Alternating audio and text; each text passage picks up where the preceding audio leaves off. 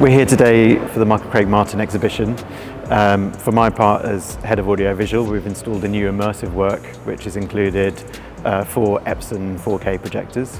I've also been incredibly lucky to work with Michael as sound designer and composer for this new work. I met with the curator Axel Ruger, who was really impressed by LED, and we talked about the practicalities of LED going into our galleries, and really I was the advocate for what projection could do, not just as a cost-effective solution, but I'd seen some early demos of Epson's 20,000 lumen 4K projectors and was hugely impressed, and I think had the confidence that we could deliver an experience that matched what LED could do in the curator's mind.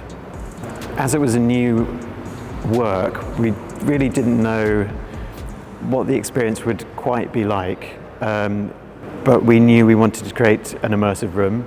We knew we wanted to really use the full scale of the gallery. The dimensions of the room were 9 meters by 5 meters, so we knew that we wanted to be able to project that full surface. And obviously for Michael's work, color representation is really, really important. So we wanted something that could give justice to his color work and detail and movement, and all of this led us to working with Epson.